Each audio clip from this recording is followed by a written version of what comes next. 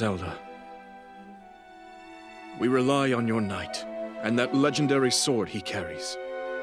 Our last line of defense will be Link.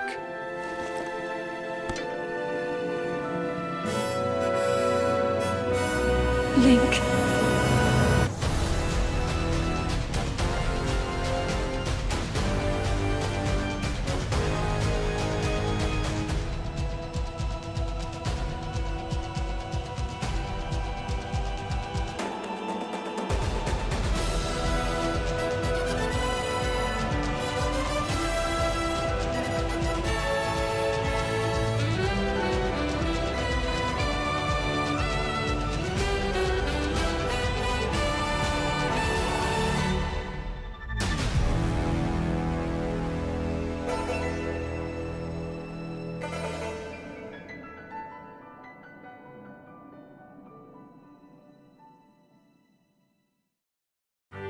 你是否在意过音乐？你是否注意过作品里的好声音？欢迎来到原声带笔记，我是笔记。我们这期要聊的是《萨尔达传说》的主题曲。不用担心，不会有什么艰深的术语或是乐理基础上的要求。我也不是来这里科普历史的，这甚至不会是一个游戏剧情向讲解的影片，而是对于这首歌本身的闲聊。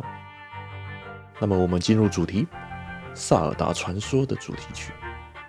不过在这之前呢，先来段简单的旋律给各位做个参考，因为这首歌在近期常常不是以完整的曲目出现，方便让没听过的观众或是没注意到的新玩家有个简单的印象。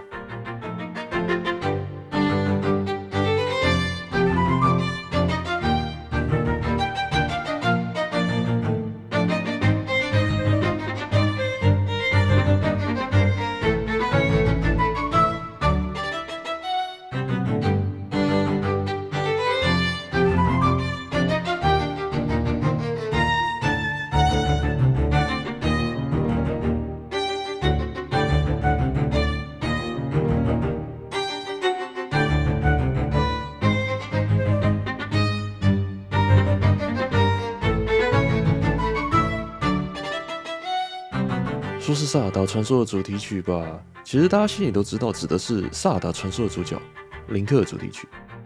就像萨尔达传说的主角不叫萨尔达一样，林克的主题曲不被叫做林克主题曲，好像也蛮理所当然的。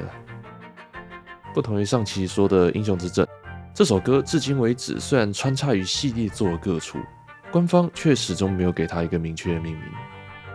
在演唱会和许多专辑里被统称为萨尔达传说系列的主题曲。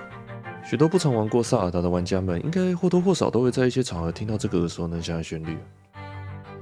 对，讲到萨尔达，果然就是这个的感觉，想必老玩家们也都懂。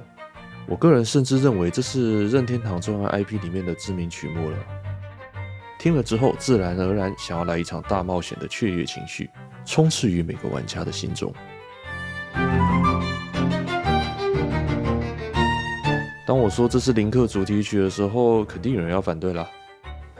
这首歌根本不是在林克各种威风的时候播出的，只不过是常常作为标题曲目播出，或是冒险开始时的原野地图使用而已。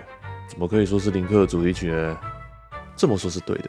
其实官方一直将其定义为萨尔达传说系列的主题曲，原因就在这里。初代的萨尔达传说里，这首歌是作为原野主题曲使用。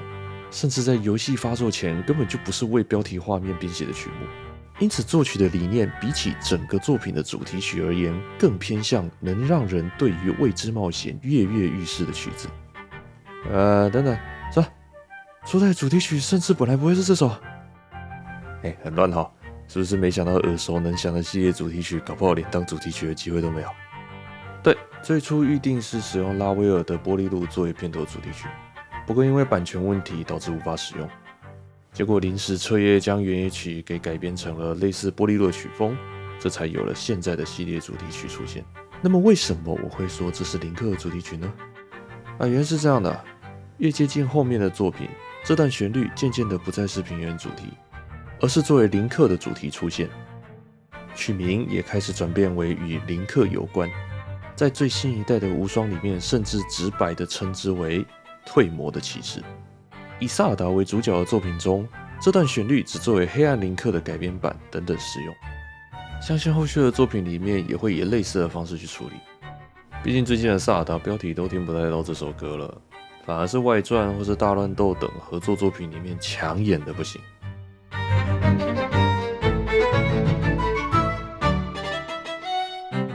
我个人很喜欢过度解读一首歌的彩蛋，毕竟一首歌怎么解读啊，那是每个人自家的事情。你觉得是高质，我觉得是绿豆糕，对吧？正因为如此，今天真的要讨论创作者意图的时候，反而不适合去提出过多的细节。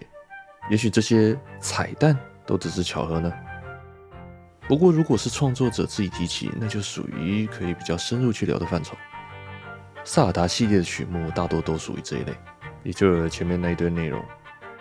萨尔达的音乐很明显经过非常精心的设计，彩蛋多到大家都听不出来的地步。比较有名的就是《御天之剑》主题曲导放会变成萨尔达摇篮曲。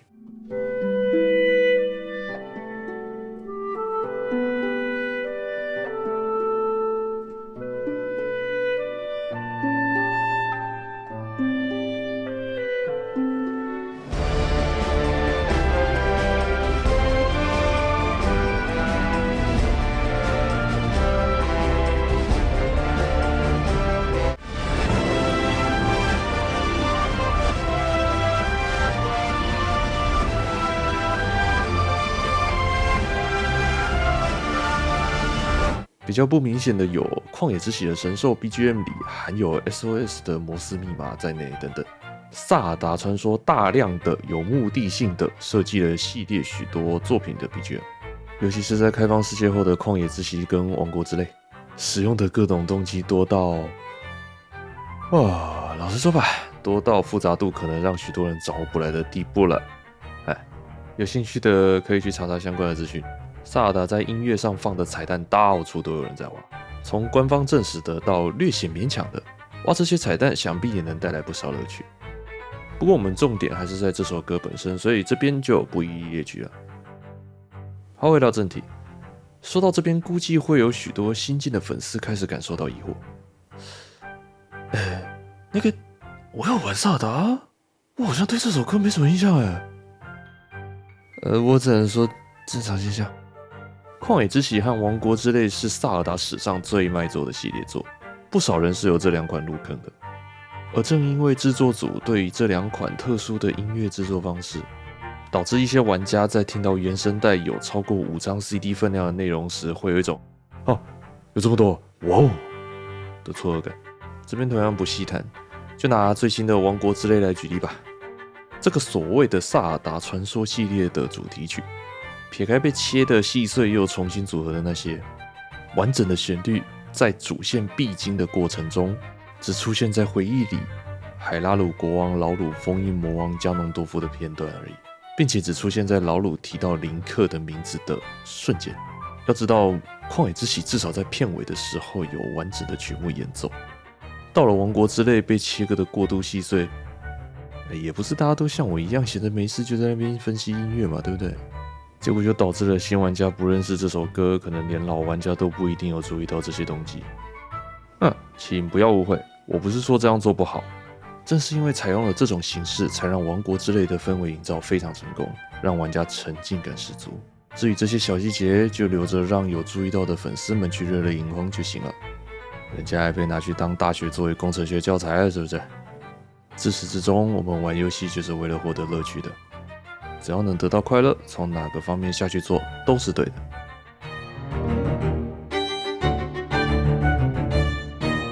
OK， 其实到这里就差不多了。不过有鉴于前面提到了主导动机，最后我们倒是可以来听听看这段旋律究竟被以什么样的形式出现在不一样的地方。有鉴于时长问题，我们就从我个人觉得比较有趣的用法提起吧。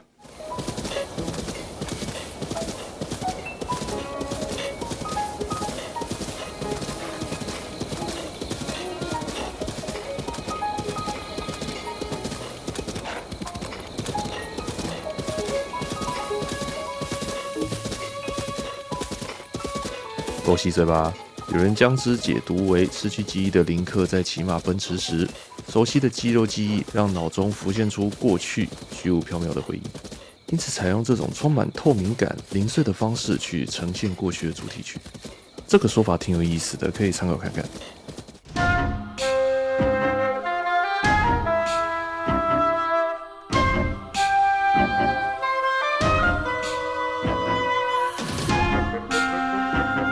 注意到了吗？由于这不是真正的林克，所以作曲的时候可以让每段旋律几个音换掉，也是一个有趣的设计，暗示玩家眼前的林克是虚假的。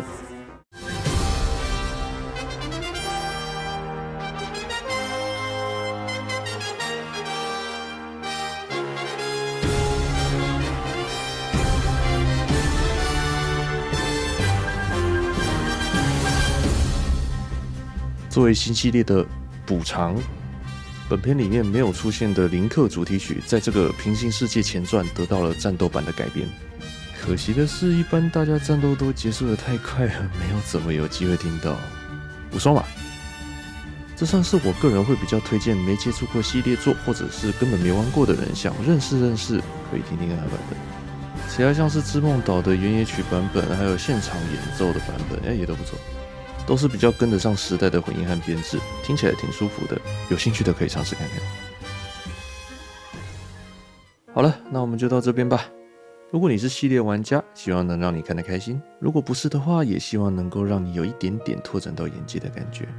游戏、电影等等音乐发展了这么久，不论是具历史性的，或是本身就很好听的，已然自成了一块拥有自己独特文化的宝地。